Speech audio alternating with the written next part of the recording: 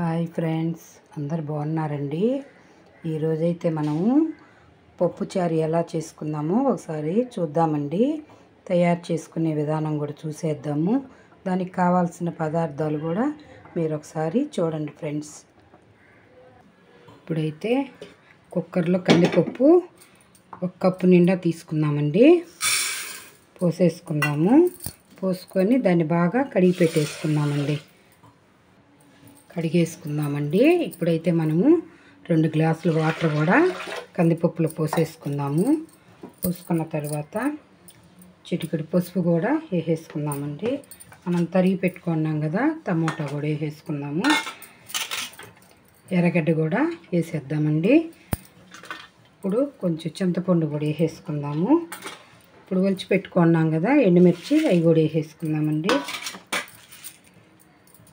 చూడండి ఫ్రెండ్స్, ఇంగో కూడా కొంచెం వేసేసుకుందాము. ఆయిల్ కూడా 1 స్పూన్ యాడ్ చేసేసుకుందామండి. పొంగకుండా ఉంటుందండి. పప్పు పెట్టినప్పుడు ఆయిల్ వేసుకుంటే మనకు పొంగదండి కుక్కర్లో కూడా. ఇప్పుడైతే మనము అన్నీ వేసేసుకున్నామండి. కుక్కర్ కూడా మూత పెట్టేసుకొని విజిల్ పెట్టేసుకున్నాము. గ్యాస్ కూడా ఇప్పుడు వెలిగించేసుకుందామండి. ఇప్పుడు కుక్కర్ పెట్టేసాం కదండి. ఒక 4 విజిల్ వచ్చాక ఆఫ్ చేసేసుకుందాం.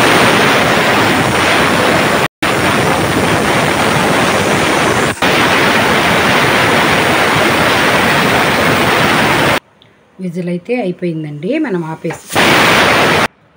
విజిల్ అయితే అయిపోయిందండి. విజిల్ తీసేసుకొని పప్పు అయితే రెడీ అయిపోయింది. మనము ఇప్పుడు తగినంత ఉప్పు కూడా దానిలో వేసేసుకుందామండి. పప్పు గుత్తి తీసుకొని దాన్ని బాగా ఎన్నిచ్చేసుకుందాము. పప్పు అయితే ఎనిగిపోయిందండి.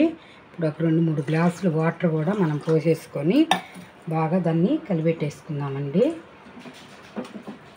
పప్పు చారు మనకు రెడీ. ఇప్పుడైతే మనం స్టవ్ వెలిగించేసుకుందామండి. బాండీలు కూడా పెట్టేసుకుందాము. ఇప్పుడు ఒక 3 స్పూన్ల ఆయిల్ కూడా పెట్టేసుకుందాము. ఇప్పుడైతే ఆయిల్ కాగిపోయిందండి. చిటికెడు ఆవాలు వేసుకున్నాము. కొంచెం జీలకర్ర కూడా వేసేసుకున్నామండి. కొన్ని ఎండుమిరపకాయలు, ఇవి ఉప్పు మిరపకాయలండి. మనం తరిగి పెట్టుకున్నాం కదా, ఎర్రగడ్డ కూడా దాన్ని వేసేసుకొని కొంచెం కరివేపాకు కూడా వేసేసుకున్నామండి. బాగా కలుపుకుందాము. ఇప్పుడు పోపు అయితే రెడీ అయిపోయింది. ఇప్పుడు పోపు అయితే పోసేసుకున్నామండి. కొంచెం వాటర్ కూడా యాడ్ చేసేసుకున్నాం. పప్పుచారు దగ్గరికి వచ్చేసింది ఫ్రెండ్స్. పప్పుచారు ఇప్పుడు రెడీ అయిపోయింది ఫ్రెండ్స్. చూడండి, వేడి వేడి అన్నము, పప్పుచారు, దానిలోకి మామిడికాయ ఊరగాయ అండి. చాలా టేస్టీగా ఉంటుందండి. మీరు కూడా ఒకసారి ట్రై చేసి చూడండి. పప్పుచారు, వేడి వేడి అన్నము, మామిడికాయ ఊరగాయ అండి.